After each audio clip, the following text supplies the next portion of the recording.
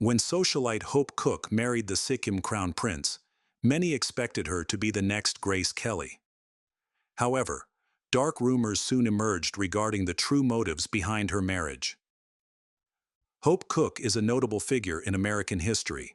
Born into wealth, she gained international tabloid attention in the 1960s after marrying a Sikkim prince, giving her an uncommon royal title for an American. While the wedding was celebrated, it was quickly followed by a series of unsettling events that Hope could not hide, even while living a lavish royal life. Hope Cooke was born on June 24, 1940, in San Francisco. Her father, John J. Cooke, an Irish flight instructor, met her mother, Hope Noyes, on the job. Cooke's mother was an amateur pilot and the daughter of a wealthy shipping magnate. Hope was named after her mother. Tragically, both parents abandoned her early in life. Her father left shortly after her birth, and her mother died in a plane crash when Hope was just 2 years old. It is believed that her mother flew with a nearly empty gas tank, and Hope later claimed in her autobiography that she suspected her mother took her own life. Growing up, Hope was never informed about the fate of her mother's remains, as her family avoided the topic.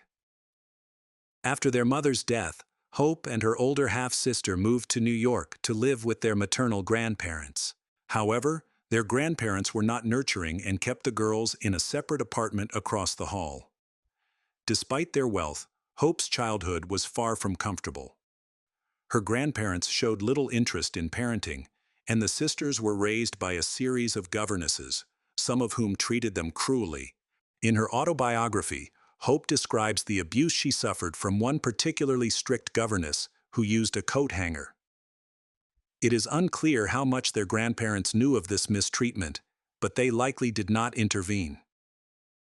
Relief came tragically when Hope's grandfather died when she was 12, followed by her grandmother 3 years later. As a minor, she then moved in with her aunt and uncle, who led a glamorous life due to her uncle's diplomatic career. This period sparked Hope's interest in adventure. After some persuasion, her aunt and uncle allowed her to finish high school in Tehran, a vibrant change that exposed her to extravagant parties with Iranian politicians and royalty. This experience broadened her cultural horizons and ignited her fascination with Asia. After completing high school in Iran, Hope Cooke attended Sarah Lawrence College. Inspired by her travels and a brief visit to India, she was eager to study Asian history. Unfortunately, that was not available to freshmen, so she was required to take European history instead. However, leveraging her privilege, her professors permitted her to focus her papers on India. Throughout her studies, Hope traveled to India multiple times, falling in love with its landscape and people, and eagerly seeking any opportunity to return. One justification for a significant trip to Darjeeling in 1959 was Hope Cooke's claim that she was there to take a typing course. However, she gained much more than just typing skills.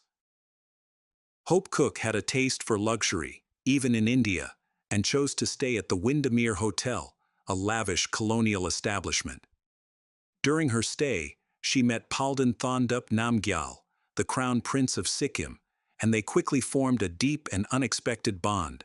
The Crown Prince, who had recently lost his wife, saw in Hope someone who could fit into his life. Although they seemed like an unlikely couple, Hope later revealed in her autobiography that she was a young student captivated by Indian spirituality and searching for a sense of belonging in the country. According to Hope, the Crown Prince was looking for a mother figure for his children. However, if you had asked them at the time, they would have told a different story. They connected emotionally as both had experienced lonely childhoods filled with trauma. The Crown Prince had to stop his education at the age of 6 due to malaria, which left him isolated from other children. Hope reflected in her journal that the prince may have had an even sadder childhood than hers.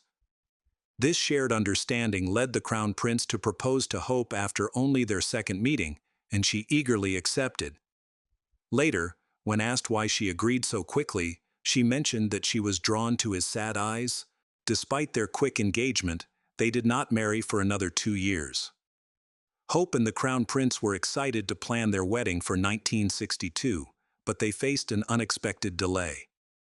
Indian astrologers and various signs indicated that the upcoming year was not favorable for weddings. Taking these superstitions seriously, they decided to postpone their plans. Hope Cooke and Prince Namgyal finally married on March 20, 1963, in a Buddhist monastery, where they wore traditional scarves during the ceremony. This made Hope the first American-born queen consort of Sikkim, a rare position, with only actress Grace Kelly having a similar title after marrying the Prince of Monaco in 1956. After the wedding, Hope moved to Sikkim and was surprised by the stark contrast between her new home and New York City. The beautiful Himalayan landscape, with its emerald hills and snow-capped mountains, was a refreshing change. Although she had traveled extensively, Hope quickly adapted to her new surroundings and seemed more captivated by the idea of settling into her palace than by her new husband. However, she did express a strong desire to start a family, stating, "I want a family so much. I want to fill this nest and make it a real home." With her marriage, Hope became the stepmother to the Crown Prince's 2 sons and 1 daughter, a role she embraced wholeheartedly. She grew fond of her stepchildren, possibly seeking to reclaim the childhood she had lost. Hope and the Crown Prince eventually had 2 children together, adding to the dynamics of their household. However, her transition to life in Sikkim was not easy. As an immediate public figure, she faced skepticism from the local population, who were wary of an outsider potentially influencing their politics for her own benefit. Hope Cooke took significant steps to reassure the Sikkimese people of her loyalty. After marrying the Crown Prince, she made a bold move by renouncing her U.S. citizenship to signify her commitment to her new identity. This action was met with criticism from some American politicians and her former high society peers. As a result of giving up her citizenship, Hope was removed from the Social Register, a directory of prominent American families, marking a symbolic rejection by her old social circles. While some publications condemned her actions, many others celebrated her story. Media outlets worldwide reported on her marriage, turning her into a sensation. Notable publications like National Geographic and The New Yorker featured her and the Crown Prince, highlighting their wedding and travels to the U.S. Although her husband was Buddhist, Hope chose not to convert, which was puzzling since she had been interested in Buddhism since childhood. When she met former U.S. Secretary of State Henry Kissinger, he noted that she seemed more Buddhist than many locals, a positive image for the wife of a crown prince. However, her role would evolve further. 2 years after their wedding, Hope's husband was crowned Chogyal King of Sikkim on April 4, 1965. Influenced by Hope, he became a relatively progressive ruler, leading the country into a period of cultural growth. Sikkim's literacy rate and per capita income surpassed those of neighboring countries, including India. Although there were concerns about potential annexation by India, the Chogyal managed to maintain the nation's independence for the time being. However, behind the scenes, their marriage was far from perfect. Despite his progressive public persona, the Chogyal struggled with heavy drinking and had a reputation as a womanizer. Hope Cooke witnessed her husband's darker side early in their marriage. She had brought her record player to the palace, which she cherished as a connection to the West. Shortly after their honeymoon, an argument erupted when the Chogyal discovered she hadn't cleaned the refrigerator, leading him to throw her record player out the window. Their marriage faced numerous challenges, and it was clear to many that it was difficult. In her autobiography, Hope revealed a painful truth. Her husband had been unfaithful throughout their marriage, having started an affair with another woman before they wed. He kept letters from this woman, which Hope would read when she found them. When she confronted him, he dismissed her concerns. Hope also sought affection outside her troubled marriage. During a solo trip to New York, she rekindled a romance with a childhood friend. However, this affair weighed heavily on her conscience, leading her to adopt unhealthy coping mechanisms.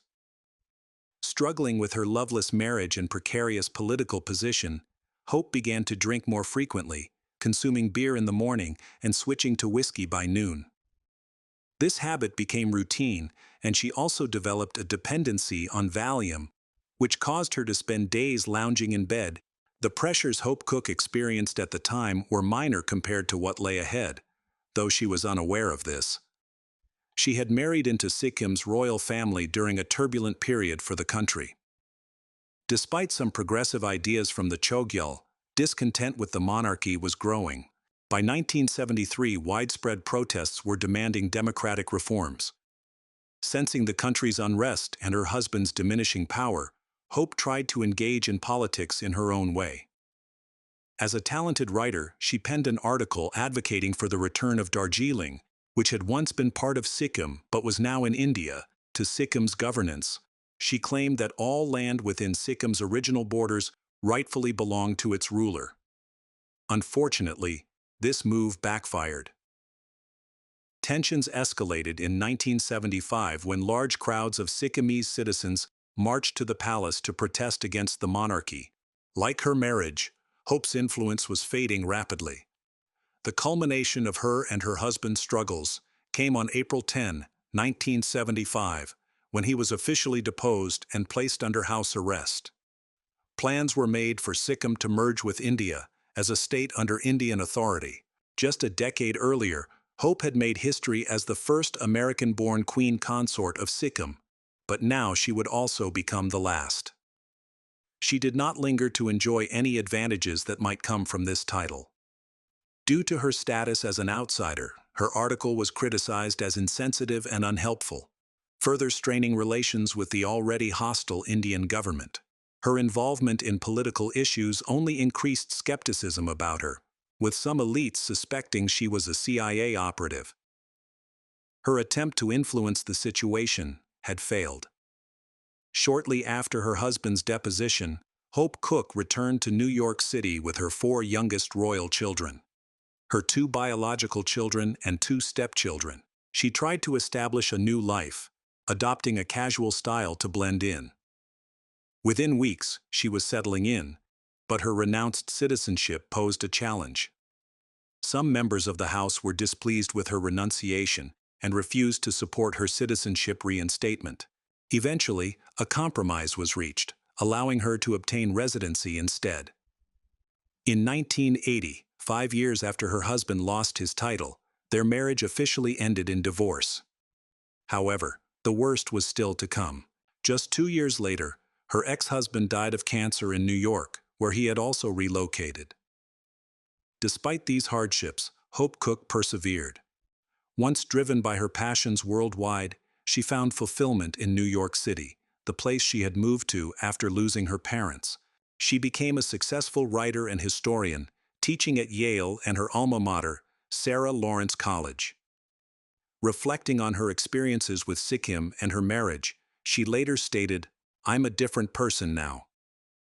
If I had a sense of myself when I married, I wouldn't have lost my boundaries in Asia." Hope currently resides in Brooklyn, continuing her work as a writer, historian, and lecturer. Although her fairy tale ended tragically, the postscript of her life may well be the true fairy tale she was meant to have.